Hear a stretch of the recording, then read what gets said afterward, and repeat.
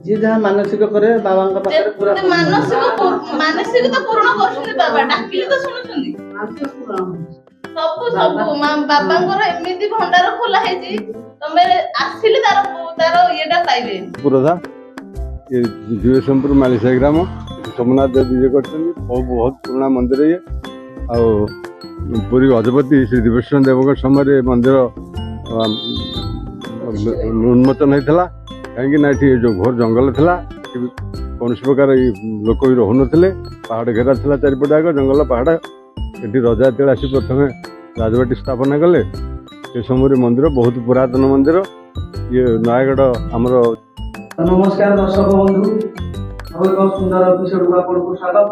बर्तमान मोर खोर्धा जिलार अन्यतम शैवपीठ जोटा कि बोलगढ़ ठार मात्र किसी दूर मालिसाई ग्राम अवस्थित ग्राम बाबा सोमनाथ विराजमान होती सोमनाथ अनेक महिमा और अनेक गारिमा अच्छी तो ये आखपाख अंचल लोक मैंने बाबा सोमनाथ अनेक भरोसा और विश्वास करते आसतु बुझा बाबा सोमनाथ महिमा और गारिमान भाईना कौन कहूँ भाईना प्रथम आपको प्रणाम आज बाबा सोमनाथ विषय आज आपको किसी कह बहुत सोमनाथ तो बहुत माने पूरा भट्टा तो नयगढ़ जो 1200 हम दर्शन के बहुत सोमनाथ एक दर्शन करे से पचा जो नयगढ़ जिला जो 1200 दर्शन लास्ट सोमनाथ दर्शन तो बहु मानसिक आज बहुत भक्त आसे मानसिक निश्चित पुराण ये जलाभिषेक करी जलाभिषेक करी रुद्राभिषेक करी बहु भक्त आसे बुढ़े भी पड़ती शिव काटिके पड़ते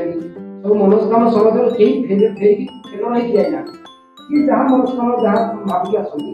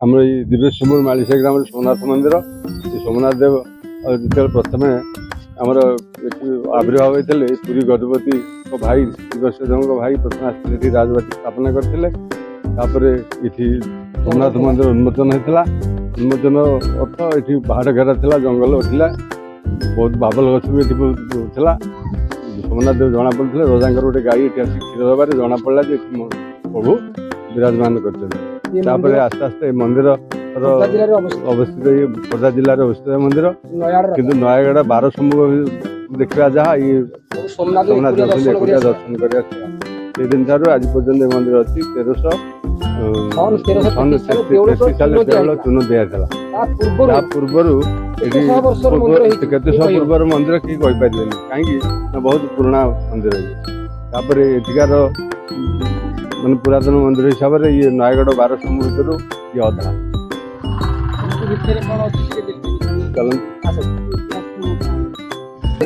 स्वतंत्र अठा एवं बेल अठा तैयारी मंदिर अठा एवं चून या कराई सन 1333 साल चून दिया मंदिर कि मंदिर बहुत पुरातन मंदिर अटे 1333 साल चून दिया तो मंदिर रंग कर ସେଟାକୁ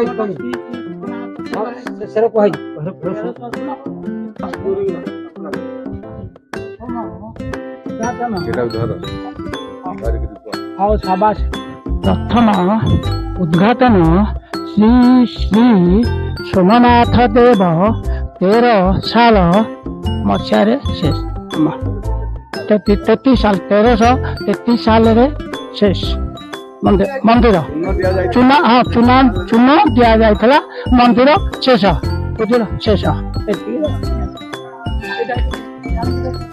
ଇଏ ପାର୍ଶ୍ୱ ଦେବତା ହିସାବରେ ଶ୍ରୀ ସୋମନାଥ ଦେବ ଅଛନ୍ତି। ଏଠି ବର୍ଷ ସାରା ମଧ୍ୟ ଜଳଧାର ଲାଗି ରହିଥାଏ ଠାକୁରଙ୍କ ପାଖରେ। ଏଠି ଯୋଉ ଅଛନ୍ତି ସବୁ ନାଗଦେବତାଙ୍କ ହଁ ନାଗ ଦେବତା ଅଛନ୍ତି, ସୋମନାଥ ଦେବୀ ଅଛନ୍ତି, ଶମ୍ଭୁ ଅଛନ୍ତି, ଶକ୍ତି ଅଛନ୍ତି, ସବୁ ଅଛନ୍ତି।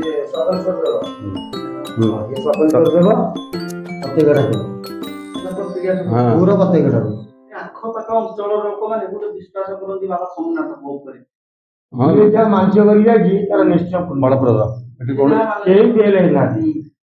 14 ବର୍ଷ 15 ବର୍ଷ ବିବାହର ପରେ ବି ଲୋକ ଆସିକି ପୁଅ ଝିଅ ପାଇଛନ୍ତି, କେହି ଫେଲ ହେଇନାହାନ୍ତି। ଯିଏ ଯାହା ମାନସିକ କଲା ପୂର୍ଣ୍ଣ ହବାର ସତ୍ୟ।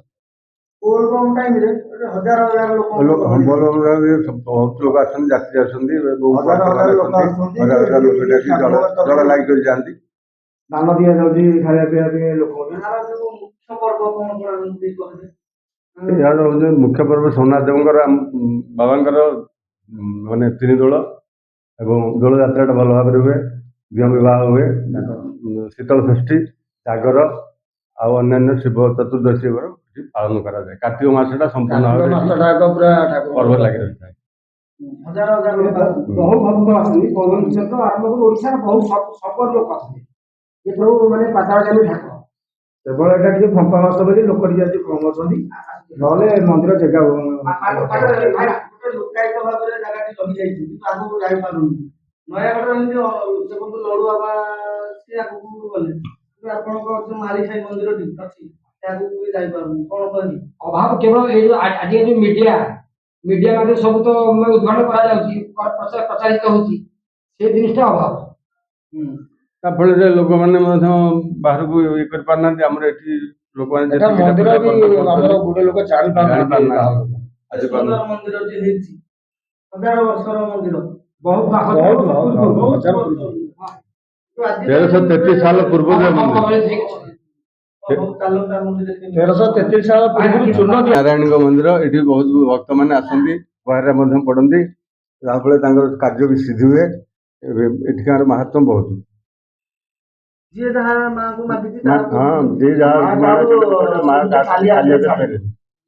ସମସ୍ତଙ୍କର ଦୁଃଖ ସେ ବୁଝିଛି। ଏଇ ଭିତରେ ବସିକି ଯଦି ଅଧଘଣ୍ଟେ ତମେ ରହିବ, ମାର ବି ଜାଣିପାରିବ ସ୍ତ୍ରୀ, ମାର ମହିମା ବି ଜାଣିପାରିବ। ଇଏ ହଉଛି ପ୍ରଥମ ସେବକ, ନାରାୟଣଙ୍କର ପ୍ରଥମ ସେବକ। ଆପଣଙ୍କ ପରିଚୟ ଟିକେ ଦିଅନ୍ତୁ। କହୁନୁ ବିଦ୍ୟାଧର ମହାପାତ୍ର। କେତେ ବର୍ଷ ହେଲା କଣ ଆପଣ ପୂଜା କରିକି ଆସିଲେଣି? ଏଠିକି ଆସିବା ନା ଏଠିକି 27 ବର୍ଷ। ଆପଣଙ୍କର କିଛି ଅନୁଭୂତି କହିବେ ବାବା ସୋମନାଥଙ୍କ? ମାଙ୍କର ସୋମନାଥଙ୍କ ବିଷୟରେ ଏବଂ ମାଙ୍କ ପ୍ରଭୁଙ୍କର ତ ଇଏ ହେଇଛି, ଆମର ଇଏ ଆମ ପୋଦେଇছে ଆମର ଆବେ ତ ଇଏ ତ ଏମାନେ ଅଧାଙ୍କର ପୋଦେଇଛ ଏବଂ ମୁଖ୍ୟ କଥା ଅଧିକାଂଶ ଲୋକଙ୍କ ଯାହାର ଛୁଆ ପିଲା ନ ହୁଏ ସେଠିକି ଆସିଲେ ମାଙ୍କୁ ପାଖରେ ଗୁହାରିଆ ପଡିଲେ ତା ସନ୍ତାନ ପାଇଥାନ୍ତି। ମାଙ୍କ ପୂର୍ବରୁ ବାବାଙ୍କ ପୂର୍ବରୁ ଏଇ ବଡ ଭାଇକି ମୁଁ ଧରିକି 40-45 ମା ମାନଙ୍କୁ ମୁଁ ଦେଲିଣି ଛୁଆ ପିଲାଙ୍କୁ। ସମସ୍ତେ ବର୍ତ୍ତମାନ ଅନୁମତି ମାଙ୍କ ପାଖକୁ ଯିଏ ଆସୁଛନ୍ତି ଛୁଆ ପିଲା ପାଇଁ ସମସ୍ତଙ୍କର ଛୁଆ ପିଲା ଅଛି, କେହି ଫେଲ ହେଇନାହାନ୍ତି। କି କାହାକୁ ଜୋର ଜବରଦସ୍ତି ମଗା ହଉନି କି 5 ଟଙ୍କା 10 ଟଙ୍କା ଦିଅ ବୋଲି, ଯାହା ଖୁସିରେ ଯିଏ ଦିଅ। କୋଉଠି ହେଲା ପରେ ମାଙ୍କୁ ଶାଢୀ ପିନ୍ଧେଇକି ମାଛଣା କରିକି ଯାଆନ୍ତି ଭୋଗରାଗ ବସେଇକି। ଆଉ ଏଠି ଝାମୁ ଯାତ୍ରା କରାଯାଏ ଏବଂ ବହୁତ ଲୋକ ଦଣ୍ଡଧାରୀ ମାନେ ଏଠି ଦଣ୍ଡ ବି ଉପାସ କରନ୍ତି। ଆଉ ସାଧାରଣ ଭାବରେ ଏଠି ଯାତ୍ରା ହୁଏ, ଯାତ୍ରାଠି ବହୁତ ଲୋକ ଆସି ଗୁହାରିଆ ବି ପଡନ୍ତି, ମାନସିକ ସିଦ୍ଧ ହୁଏ। ଏଠି ବହୁ ବର୍ଷ ଧରି ଅଛନ୍ତି। କାଳିକା ବି ମନ୍ଦିର ହବା ନ ହେଇଥିବା ପୂର୍ବରୁ ମଧ୍ୟ ମା ଠାକୁରାଣୀ ଏଠି ଆବିର୍ଭାବ ହେଇଛନ୍ତି। ମାଙ୍କ କୃପାରୁ ଲୋକ ବି ତା ପାଖରେ ନିଆଁ ଗାଡ଼ି ବି ଚାଲୁଛନ୍ତି। ଗୋଡରେ କାହାର ଟିକେ ହେଲେ ଆଘାତ ଲାଗିବନି। ଆଉ ଯିଏ ଟିକେ ମନରେ ପାପ ରଖିବ ତା ଗୋଡ ଫଟକା କରିଦେବ। ତା ମହିମାରୁ ଲୋକ 21 ଦିନ କାଳ ପର୍ଯ୍ୟନ୍ତ ଖାଲି ଟିକେ ପଣା ସାରିକି ମାଙ୍କ ପାଖରେ ରହୁଛନ୍ତି। ମାଙ୍କର ଏତେ ମହିମା 21 ଦିନ କାଳ ଖାଲି ପଣା ଟିକେ ସାରିକି ରହୁଛନ୍ତି। ଆଉ ଯିଏ ଯାହା ମାକୁ ମାଗିବ ମା ତାକୁ ଦଉଛି। ଏଠି ବି କାହା ଦେହରେ ଝାଡା ବାନ୍ତି ବା କାହା ଦେହ କିଏ ଡରିଲା ଚମକିଲା ମାଙ୍କ ପ୍ରସାଦ ଯଦି ପାଇଗଲେ ବା ଧୂପ ଟିକେ ପାଇଗଲେ ସେ ଭଲ ଝାଡା ହେଇଯାଉଛି। ଯଦି ଭଲ ହେଇଯାଏ। କୌଣସି ଲୋକ ଦେହରେ ଚଣ୍ଡି ଲାଗିଥିବ କି ବାଟରେ ଆସିଲା ଭିତରେ କୌଣସି ଦେବାଦେବୀ ଲାଗିଗଲା କି ଡରିଲା ମାଙ୍କ ଧୂପ ଟିକେ ପାଇକି ଯଦି ସେଠୁ ଗଲା ସାଙ୍ଗେ ସାଙ୍ଗେ ବେଡା ବାହାରୁ ଗଲା ସେ ଭଲ ହେଇଯାଇଥିବ। ମାର ଏଇ ବହୁ ହଜାର ହଜାର ଭକ୍ତ ଏଠି ଆସନ୍ତି। ଆପଣ ନିହାତି ଥରେ ଆସନ୍ତୁ ମାଙ୍କ ପାଖେ ଆସନ୍ତୁ। ମାଙ୍କ ଟିକେ ଆସି ମନସ୍କାମନା ପୂରଣ ହଉ ଏବଂ ଏହା ଆସିଲା ପରେ ଆପଣ ନିଶ୍ଚୟ ମନସ୍କାମନା ପୂରଣ ହବ। ଅନୁଭବ କରିପାରିବେ ଯେ ଅନୁଭବ ମାଙ୍କର କରିବେ କେତେ ମାଙ୍କର ମହିମା। ମହିମା କେତେ। ବୋଲବତର କଥା ଦିବେଶପୁର ମାଳିସାହି ଗ୍ରାମ। ଦିବ୍ୟସିଂହପୁର ମାଳିସାହି ଗ୍ରାମ ନା ଏଠିକି ଯିଏ ଯାହା ଆସିଲେ ବି ମାନସିକ ପୂର୍ଣ୍ଣ ପୂରଣ ହବ। ମାନସିକ ପୂରଣ ହବାଟା ନିଶ୍ଚିତ। ଆମକୁ ଆଉ କଣ ଅଛି ଟିକେ ଦେଖେଇବେ ଆସନ୍ତୁ ଆଉ। ମହିଷଙ୍କର ଚାରୁଚନ୍ଦ୍ରಂ ବଦାସଂ ରତ୍ନାକଳ୍ପା। ଆଉ ଯୋଉ ମଡେଶୀ ମାନେ ଯିଏ ଆସିବେ ଏଠି ପାଣି ଠୁମାଟି ନେଲେ ତାଙ୍କର ପୁତ୍ର ସନ୍ତାନ ବି ହୁଏ। ତାର ବହୁତ ପ୍ରମାଣ ଏଟା ଅଛି। ବୁଡିକି ରହେ। ହଁ ବୁଡିକି ରହେ। ଆଉ ଯେତେବେଳେ ଆପଣ ଦେଖିବାକୁ ବି ଚାହିଁବେ ଆରି ଭିତରେ ସାପ ଖେଳୁଥିବେ। ସଦାବେଳେ ଏଠି ସର୍ପ ବି ବାସ କରେ। ଏଇପରି ଯେତେବେଳେ ଆପଣ ଦେଖିବାକୁ ଚାହିଁବେ ଆରି ଭିତରେ ସାପ ଖେଳୁଥିବେ। ସେ ବେଶ ହେଲା ମାନେ ସେ ମନକୁ ସେ ଯାଆନ୍ତି ତାଙ୍କ ବାଟରେ ସେ ଆସନ୍ତି ରହନ୍ତି ଯାଆନ୍ତି। ବାବାଙ୍କର ସେଭଳିଆ ଅଛି ମହିମା ମହିମା ଅଛି ଯାହାଫଳରେ ସିଏ ଆସିବେ ତାଙ୍କ ବାଟରେ ସେ ଆସିବେ ତାଙ୍କ ବାଟରେ ଯିବେ। ଲୋକ ବି ଦେଖନ୍ତି ଆମେମାନେ ବି ଦେଖୁଛୁ ବହୁତ ଥର। ଆମେ ବି ଜଳ ଦେଲା ବେଳକୁ ପ୍ରଭୁ ଖେଳୁଥିବେ ଜଳ ଦେଲା ପରେ ଆପଣ ବି ନିଜେ ଦେଖିଛନ୍ତି? ନିଜେ ଆଖିରେ ଦେଖିଛୁ ସବୁ। ବହୁତ ଥର ଦେଖିଛୁ ସର୍ପ ଖେଳୁଥିବେ ଆମେ ଜଳ ପକେଇଲା ବେଳେ ସେ ବାହାରକୁ ପଳେଇବେ ଆମେ ଫୁଲ ଫୁଲ ବାସି ବାହାର କରିବୁ ନୂଆ ଫୁଲ ଲଗା ଦବୁ ଠାକୁରଙ୍କୁ ଜଳ ଦବୁ ଜଳ ଦେଇକି ବାହାରକୁ। हे सुगंधि पुष्टिवर्धन रूपार्घम वंदनात्मतनु क्षमामता त्र्यंबिकाय नमो सुमना देवाय नमः। रूपाय नमः लिंगाय स्वरूपाय नमः नमो चतुर्थो नमो नादा प्रधानम सत्यस्वरूपाय रूपादिकाय नमः नमः सर्वलोकं तुमेव जगदपिता त्वं महत्त्वं निरुद्धम् आवाहन नगरेण नगरे पुत्रं विश्वनगरामि ज्ञानेश्वर परमेश्वर सोमनाथाय नमः शिवाय। ओम त्र्यंबकामहे सुगंधि पुष्टिवर्धन रूपार्घम वंदनात्मतनु क्षमामता त्र्यंबिकाय नमो सुमना देवाय नमः। ओम शांताकारं शिवेशं सर्पानं शेषं विश्वधारं स्फटिक शुभ्रं सभागं गौरीकान्तं मदनं जगे विज्ञानगम्यं वन्दे शम्भो भयहर सर्वं सोमनाथाय नमः शिवाय। प्रभु सोमनाथाय कर्म खण्डाय नमः शिवाय नमामि। ଆମର ଏଇ ମନ୍ଦିରରେ ବି ରୁଦ୍ର ଅଭିଷେକ ହେଲା ଟାଇମରେ ପ୍ରଭୁ ବି ବାହାରିକି ଖେଳନ୍ତି ଆ ଭିତରେ। ପ୍ରଭୁ ସଦାବେଳେ ବାବାଙ୍କର ବହୁତ ମହିମା। ଏଠି ସମସ୍ତଙ୍କର ମନସ୍କାମନା ପୂର୍ଣ୍ଣ ହୁଏ। ଏଠି ତାଙ୍କର କ୍ଷୀରାଭିଷେକ ରୁଦ୍ରାଭିଷେକ ବାହାରୁ ଲୋକମାନେ ବି ଆସି କରିକି ଯାଆନ୍ତି। ଆମର ରୁଦ୍ର ଅଭିଷେକ ଟାଇମରେ ପ୍ରାୟ ପ୍ରଭୁ ତାଙ୍କ ଭିତରୁ ବାହାରିକି ଖେଳନ୍ତି ତାପରେ ତାଙ୍କ ଭିତରେ ମନକୁ ସିଏ ବି ପଶିଯାଆନ୍ତି। ବହୁତ ଲୋକ ବି ଦେଖିଛନ୍ତି। ବାବାଙ୍କର ବହୁତ ମହିମା। ମହିମା ବହୁତ ଅଛି। ଆପଣ ମାନେ ନିହାତି ସୋମନାଥ ଗଡ଼ିକି ଆସନ୍ତୁ। ଆପଣଙ୍କ ମନରେ ଯେତେ ମାନସିକ ଅଛି ନିଶ୍ଚିତ ପୂରଣ ହବ। ବହୁ ଲୋକ ବହୁ ଏରିଆରୁ ଆସୁଛନ୍ତି ମନସ୍କାମନା ପୂରଣ ହେଇଯାଉଛି। ଏଇଟା ଆପଣ ମାନଙ୍କୁ ନିହାତି ଆସି ସୋମନାଥ ଦର୍ଶନ କରିକି ଯାଆନ୍ତୁ ଏବଂ ତାର କୃପା ଲାଭ କରନ୍ତୁ। ସୋମନାଥଙ୍କର କୃପା ଲାଭ କରନ୍ତୁ। ଆସନ୍ତୁ ବହୁ ମାତ୍ରାରେ ଦେଖନ୍ତୁ ଜିନିଷ ଯିଏ ଯାହା ମାନସିକ କରିବା କଥା ମାନସିକ କରିକି ଯାଆନ୍ତୁ। ପ୍ରଭୁଙ୍କ ପାଖରେ ନିଶ୍ଚୟ ଭକ୍ତ ମାନଙ୍କର କାର୍ଯ୍ୟ ସିଦ୍ଧ ହବ। ଆମ ସୋମନାଥ ବଡ ଠାକୁର। ଯାହା ଡାକିଲେ ବିପଦାలు ସବୁଥିରେ ଡାକ ଶୁଣୁ। ନା କହୁନ ଠାକୁରଙ୍କ ବିଷୟରେ କଣ କହିବୁ? ଅପୂର୍ବର ଲୀଳା ତାଙ୍କର ଅପୂର୍ବ ଲୀଳା। ନ ମାଗିକି ବି ପ୍ରଭୁ ବର ଦଉଛନ୍ତି। ଆଉ ମାନସିକ ତ ଯାଚିକି ଯିଏ ବର ଦିଏ ସେ କିଏ? ମାନଙ୍କର ତାଙ୍କ ମାନ ବିଖ୍ୟାତ ହଉଛି। ଆଉ ଦୁଃଖୀଙ୍କର ଦୁଃଖ ପାଇଁ ସେ ବସିଛନ୍ତି। ଆଉ ତାଙ୍କ ବିଷୟରେ କହିଲେ ନ ସରେ। ତାଙ୍କର ତୁଳନା ହିଁ ନାହିଁ। କହିବୁ କଣ?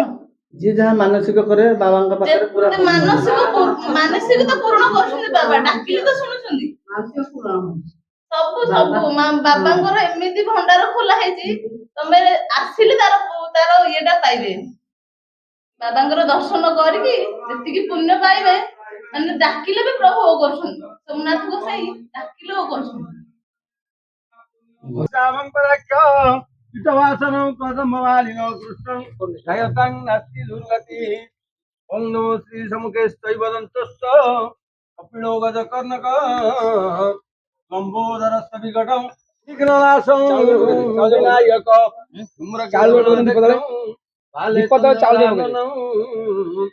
द्वादशाति नमामि च प्रथय मृणयादपि त्वं विद्यारम्भे विवाहे च प्रवेशे निगमे तथा संग्रामे सगडे सैव विघ्नतस्य न रायते ओं वक्रतुण्ड महाकाय कोटिसूर्य समप्रभो निर्विघ्नं कुरु मे देवं सर्वकार्येषु सर्वदा सर्वेषां स्वस्तिर्भवतु सर्वेषां स्वस्तिर्भवतु सर्वेषां भगवान् विष्णु मङ्गलं मधुसूदनं मङ्गलं पुण्डरीकाख्यं मङ्गलं गरुडध्वजं माधव माधव वाक्यं माधव माधव हरि ଆପଣଙ୍କ ପରିଚୟଟା ଟିକେ ମୋ ନାଁ ହଉଛି ଅନନ୍ତ ମହାତ୍ର, 5 ଗଡ଼ ମାଳିସାହି। ମହାଦେବଙ୍କଠୁ ବର ପ୍ରାପ୍ୟ ହେଇଛି। ବର ପାଇକି ରାମଚନ୍ଦ୍ରଙ୍କୁ ବସେଇକି ପୂଜାପୂଜି କରିକି ଲୋକଙ୍କ ସେବା କରୁଛି। ଏତିକି ବାବାଙ୍କ ଆଶୀର୍ବାଦ ମୋ ପ୍ରତି ଅଛି। ଲୋକ ସେବା କରିବାକୁ ମତେ ସୁଯୋଗ ଆପଣ ଦିଅନ୍ତୁ। ବାବା ସୋମନାଥଙ୍କର ଗୋଟେ ମହିମା ଆଖପାଖ ଅଞ୍ଚଳରେ ବହୁତ କିଛି ମହିମା ଅଛି। ଏଇ ଚାରିପଟ ଲୋକ ଗାଁ କେନ୍ଦୁଝର, ବାଲେଶ୍ୱର, ଭଦ୍ରକ, ମହୁରଝରା, ପୁରୀ, କେନ୍ଦ୍ରାପଡ଼ା, ନବରଙ୍ଗପୁର ସବୁଆଡୁ ଲୋକ ଆସିକି ବାବାଙ୍କ ମହିମାର ବହୁତ ଆଗକୁ ବଢିଗଲାଣି। ସୋମନାଥଙ୍କର ବାନା ବିଖ୍ୟାତ ହଉଛି। ଏତିକି ରହିଲି, ନମସ୍ତେ।